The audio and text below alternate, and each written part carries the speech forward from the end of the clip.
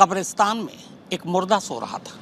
4.5 महीने हो चुके थे उसे कब्र में सोते हुए।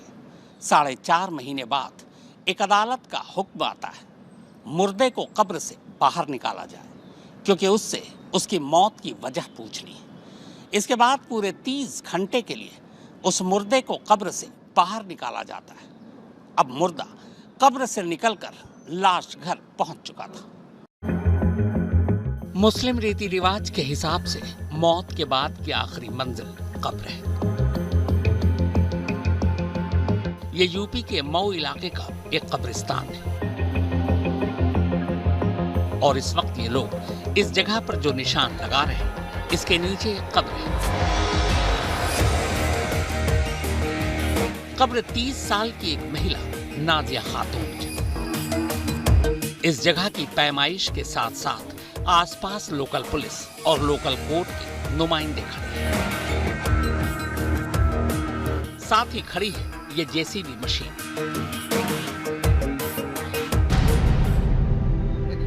तारीख है 13 अप्रैल और वक्त हुआ है सुबह के 11 बजे। कोर्ट के नुमाइंदे की इजाजत मिलते ही अब जेसीबी मशीन हरकत में आती है और खुदाई शुरू हो जाती है। अगले 26 मिनट तक ये खुदाई जारी रहती है। 26 मिनट की खुदाई के बाद आखिरकार मशीन और इंसान उस गहराई तक पहुंच चुके थे जहां नाजिया लेटी थी। नाजिया की लाश अब बाहर निकाली जाती है। लाश को समेटकर अब यहां से उसे करीब 22 किलोमीटर दूर मऊ के इस सरकारी लाश घर में पहुंचा दिया जाता है। लाश घर में जब नाजिया खातून की लाश पहुंचाई गई तब भी तारीख थी 13 अप्रैल, लेकिन वक्त था दोपहर के 1 बजे। यानी कब्र से बाहर आए हुए नाजिया को करीब घंटा भर हो चुका था। 13 अप्रैल की पूरी रात नाजिया अब इसी लाश घर में रहती है। अब 14 अप्रैल की सुबह हो चुकी थी। अदालत के नुमाइंदों के हुक्म के बाद डॉक्टरों का एक पैनल नाजिया की लाश का पोस्टमार्टम करती है। पोस्टमार्टम और लिखा पढ़ी में करीब 6 घंटे गुजर जाते हैं। शाम 4 बजे एक बार फिर नाजिया इस लाश घर से विदा लेती है। अगले घंटे भर में वो वापस एक बार फिर से अपने परमानेंट घर पहुंच चुकी थी। तब शाम के करीब 5 बजे थे। लगभग 29 घंटे पहले जिस कब्र को खोदकर नाजिया को बाहर निकाला गया था, अब नाजिया उसी कब्र में एक बार फिर से दफनाई जा रही थी। तब तारीख थी 14 अप्रैल और वक्त हुआ था शाम के 6 बजे। और इस तरह कब्र से शुरू हुआ लाश का सफर लाश घर से होते हुए 30 घंटे के अंदर इसी कब्र पर आकर खत्म हो जाता है। पर अभी सिर्फ सफर खत्म हुआ है, कहानी तो अब शुरू होती है। सिर्फ 30 घंटे के लिए कब्र से लाश घर तक लाने और ले जाने के लिए जिस नाजिया को बाहर निकाला गया था, उस नाजिया की मौत 4.5 महीने पहले ही हो चुकी थी। नाजिया की मौत 30 नवंबर 2024 को हुई थी। शादीशुदा नाजिया की मौत के बाद उसके शौहर, तमाम ससुराल वाले और मायके वालों ने आखिरी रस्म के साथ नाजिया को इस कब्रिस्तान में दफनाया था। अब सवाल यह है कि फिर नाजिया को 4.5 महीने बाद बाहर क्यों निकाला गया? तो इसका जवाब है, जब नाजिया को इस कब्रिस्तान में दफनाया गया तब उसकी मौत हुई थी, लेकिन अब जब उसे बाहर निकाला गया है तब उसका कत्ल हुआ है। और इसी कत्ल की गुत्थी को सुलझाने के लिए कोर्ट के इन नुमाइंदे के सामने कब्र की खुदाई की गई थी। माननीय सीजे महोदय के आदेश के क्रम में शव को पोस्टमार्टम हेतु भेजा जा रहा है निकलवाकर। क्या था सर मामला? मामला हत्या से संबंधित है। सीजे महोदय का आदेश था, उसी क्रम में निकलवा के बॉडी को पोस्टमार्टम हेतु भेजा जा रहा है। कब्र के अंदर की सच्चाई बाहर आए उससे पहले बाहर की सच्चाई और पूरी कहानी जानने के लिए पहले इस लड़की की बात सुननी जरूरी है, वो भी तफसील से।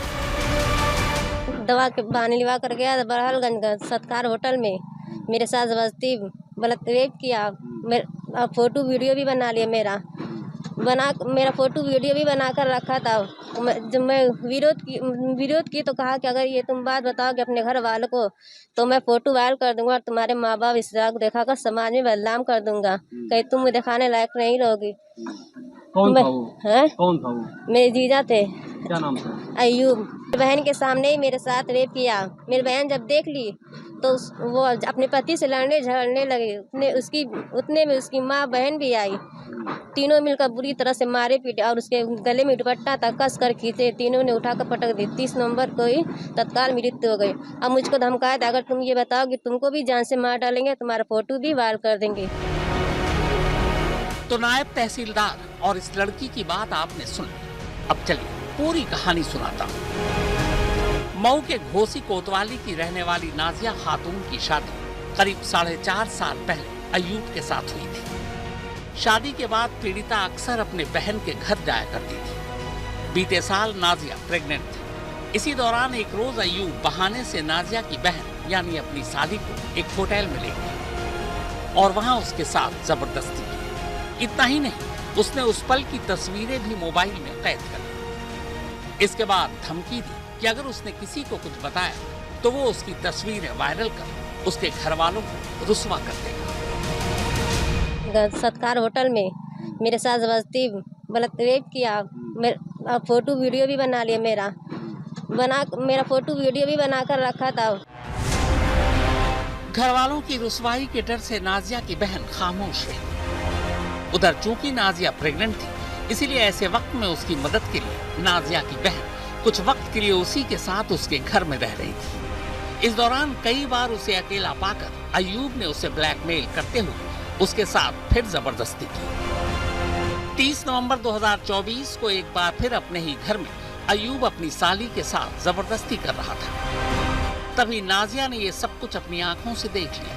नाजिया ने अपने शौहर को धमकी दी। नाजिया की बहन ने उसे ब्लैकमेलिंग और जबरदस्ती वाली बात बता दी।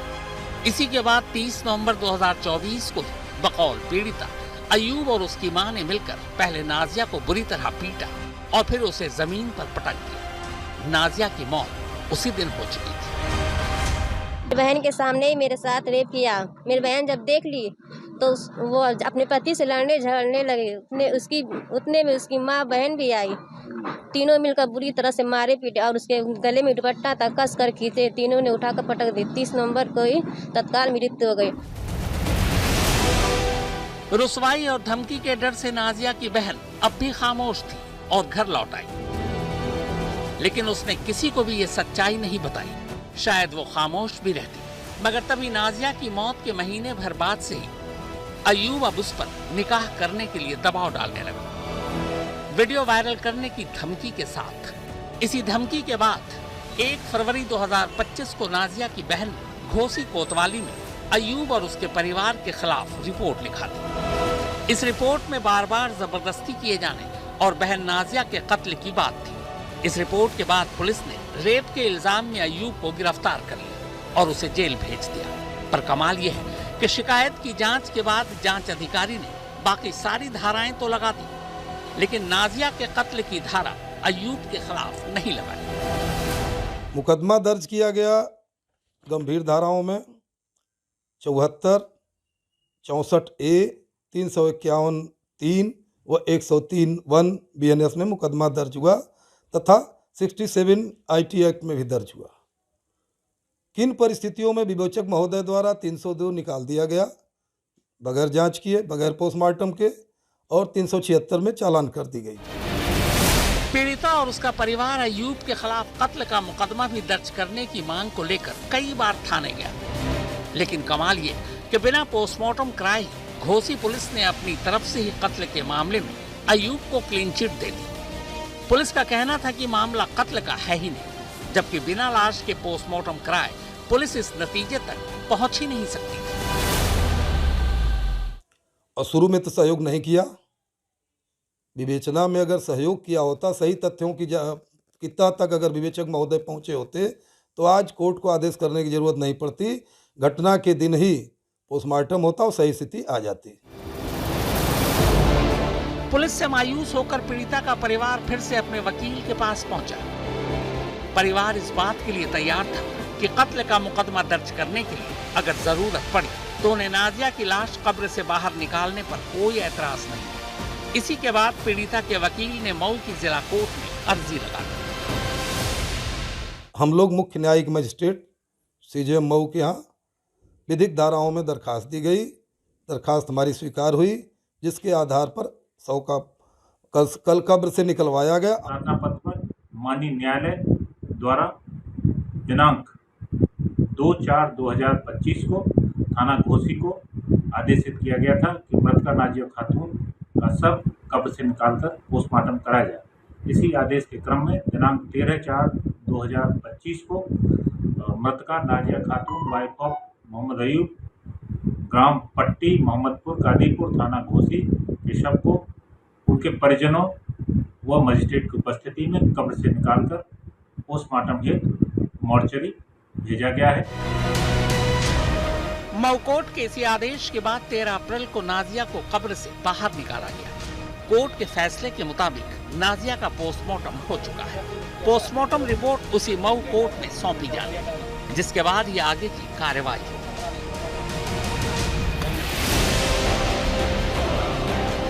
वैसे चलते चलते एक आखिरी बात, 4.5 महीने बाद नाजिया को 30 घंटे के लिए कब्र से बाहर निकाला तो गया, लेकिन 30 घंटे बाद जब उसे दोबारा दफनाया गया तब कब्र बदल चुकी थी। इस बार नाजिया को एक नई कब्र में दफनाया गया। यह कब्र नाजिया के अपने मोहल्ले के कब्रिस्तान में है और इस बार उसके आखिरी रस्म में सिर्फ और सिर्फ उसके अपने घर वाले ही शामिल हुए थे। अयूब या उसके परिवार के किसी भी शख्स को यहाँ आने की इजाजत नहीं थी। दुर्गा किंकर सिंह, मऊ, आज तक।